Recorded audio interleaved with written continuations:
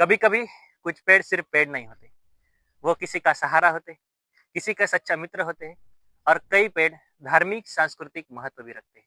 साथ ही कुछ पेड़ ऐसे होते हैं जिनका हम औषधीय प्रयोग करते हैं। आज हम इस वीडियो में जानेंगे ऐसे ही एक आयुर्वेद के अद्भुत वृक्ष जिसका नाम है अशोक। नमस्ते, मेरा नाम है डॉक्टर वेदांत पाटिल। और आज के इस वीडियो में जानेंगे औषधीय और सांस्कृतिक धार्मिक महत्व से परिपूर्ण औषधीय वनस्पति जिसका नाम है साराका अशोका, दैट इज अशोक के बारे में।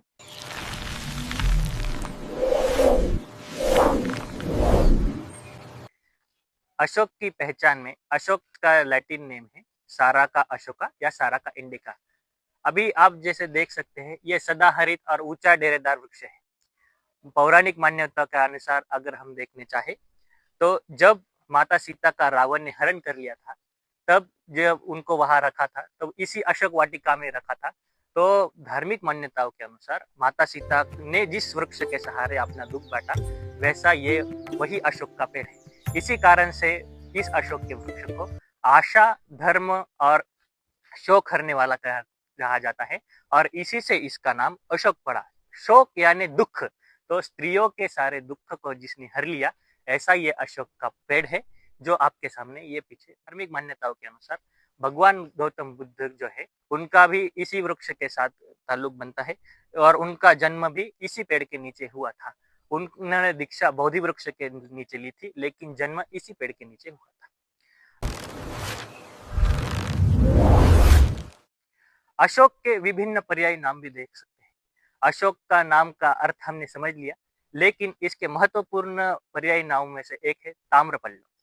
अगर आप मेरे पीछे देख सकते हैं तो इसके काय आप स्क्रीन पर देख पा रहे होंगे। इसके पत्ते को ताम्र वर्ण का है, ताम्र यानी तांबा।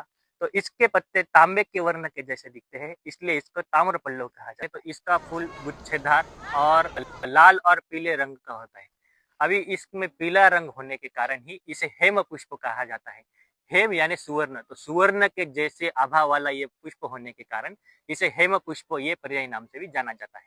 इसके पत्ते आम के पत्तों की तरह होते हैं। और अगर आप मेरे हाथ में देख पा रहे होंगे तो ये इसका फल है। इसकी सेंग 2 से 4 इंच तक होती है और इसी में इसके बीज निकलते हैं। आपने सामान्य तौर से एक बड़ा वृक्ष जो सिर्फ ऊंचा ऊंचा बढ़ता जाता है, वो वृक्ष को अशोक के नाम से जाना था, लेकिन वो फॉल्स अशोक है।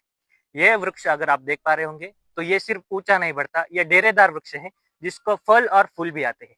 वो पॉलीअल्थिया लॉन्गिफोलिया है जो फॉल्स अशोक है। ये ओरिजिनल और रेयर प्लांट है जिसका नाम देसी अशोक, सीता अशोक है। यही है ओरिजिनल भारतीय अशोक। तो ये बहुत ही रेयर प्लांट होने के कारण यदि आप इसको बागान और आजू बाजू के परिसर में लगाते हैं तो ये संस्कृति और धर्म का साथ ही औषधीय वनस्पतियों में भी आपको महत्वपूर्ण होता रहेगा। इसके औषधीय गुणधर्मों के बारे में, इसका रस कषाय तिक्त होने के साथ इसका वीर्य कटु है और वीर्य शीत है। इसी के कारण दाह शमन, रक्त स्तंभक, सूज और कफ पित्त शामक इसका वर्णन आता है। इसी के कारण इसको विभिन्न आमयिक प्रयोग में अपन इस्तेमाल कर सकते हैं। महत्वपूर्ण प्रयोज्यांग है इसकी छाल। अशोक की छाल अगर देख पा रहे होंगे तो अशोक की छाल प्रमुखतः उपयोग में ली जाती है। साथ ही अशोक का विशेष आमयिक प्रयोग स्त्री रोगों में कहा जाता है। अशोक को इसी कारण से स्त्री मित्र कहा जाता है। तो अभी देखिए, स्त्रियों में माहवारी के समय रक्त बदर, श्वेत बदर यानी मेनोरेजिया, मेट्रोरेजिया या ल्यूकोरिया जैसी विभिन्न परेशानियों का सामना करना पड़ता है। इसी में मेनोरेजिया यानी अतिरिक्त रक्तस्राव में यूटेरन यानी उसका संकोचक प्रभाव होने के कारण मेनोरेजिया में इसका खासा प्रभाव देखा जाता है।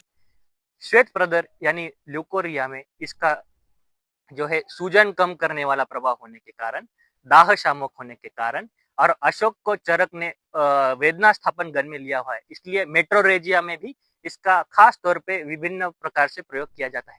ऐसा आप अगर देखेंगे तो इसी विभिन्न यूटेरन और फीमेल हेल्थ के विभिन्न प्रयोग के कारण इसको सच्चा स्त्री मित्र कहा है। आयुर्वेदीय ग्रंथकारों ने कहा है अशोकस्य त्वचा रक्त प्रदर्शस्य विनाशिनी। अभी इसके महत्वपूर्ण कल्पों के बारे में जानकारी लेते होंगे। पहला कल्प है अशोकारिष्ट। अगर आप देख पा रहे होंगे अशोकारिष्ट ये इसका महत्वपूर्ण कल्पों में से एक है। मेरे हाथ में जो देख पा रहे होंगे यही है अशोकारिष्ट। आप देख सकते हैं इस प्रकार से अशोक की छाल का दूध के साथ उबाल कर अगर पीते हैं तो महिलाओं के लिए ये खास कर बहुत ही उपयुक्त है। इसी के साथ अशोक घृत और अशोक और अर्जुन का भी कुछ जगह पे प्रयोग आपको देखने को मिल सकता है। इसके साथ हृदय, रक्तजन्य स्त्राव और मेनोरेजिया, मेट्रोरेजिया आदि यूटेरोटॉनिक का भी इसका प्रयोग है। अशोक घृत, अशोक अरिष्ठ इसका प्रमुख कल्पों में एक महत्वपूर्ण योगदान है। हमने देशी ज्ञान तो देख लिया, लेकिन अभी आइए जानते हैं आधुनिक विज्ञान इसके बारे में क्या कहता है। अशोक की छाल, पत्ते और फूलों में भी मुख्य रूप से सैपोनिन, टैनिन, फिनॉल और ग्लाइकोसाइड पाए जाते हैं। इसका मुख्य कंटेंट है कैटेचिन और इपिकैटेचिन। इसी के साथ ये सभी कंपाउंड मिलकर अशोक को एंटीऑक्सीडेंट, एंटी इंफ्लेमेटरी, एस्ट्रिंजेंट और यूटेराइन टॉनिक ऐसे सारे गुण प्रदान करते हैं, जो इसे स्त्री रोग और रक्तस्राव यानी रक्त प्रदर में होने वाले रोगों में विशेषतः कारगर करते हैं और पारंपरिक उपयोगिता को वैज्ञानिक स्तर पर प्रमाणित करते हैं। तो मॉडर्न साइंस ने भी ये बात साफ की है कि अशोक केवल भावनात्मक शोक को ही नहीं, बल्कि ऑक्सीडेटिव स्ट्रेस, इन्फ्लेमेटरी रिएक्शन और हार्मोनल इम्बैलेंस जैसे प्रभाव को भी प्रभावित करता है, जो शरीर के शोक को भी कम करने की क्षमता रखते हैं। इसके छाल में, पत्तों में पाए जाने वाले catechin, epicatechin, gallic acid, tannins, polyphenols जैसे फाइटोकेमिकल्स इसे एक नेचुरल एंटीऑक्सीडेंट, एंटी इंफ्लेमेटरी और यूटेराइन प्रोटेक्टर बनाते हैं।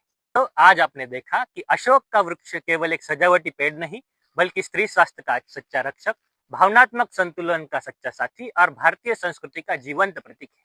अगर आपको अशोक के बारे में ये जानकारी उपयोगी लगी हो तो वीडियो को लाइक, शेयर, सब्सक्राइब जरूर करें और ऐसी ही अभी आयुर्वेदिक ज्ञान के लिए चैनल को सब्सक्राइब करना ना भूलें। कमेंट में जरूर लिखें कि अगली बार आपको किस औषधीय पेड़ के बारे में जानकारी या वीडियो देखना पसंद होगा। ऐसी जानकारी लेके जुड़े रहिए। धन्यवाद।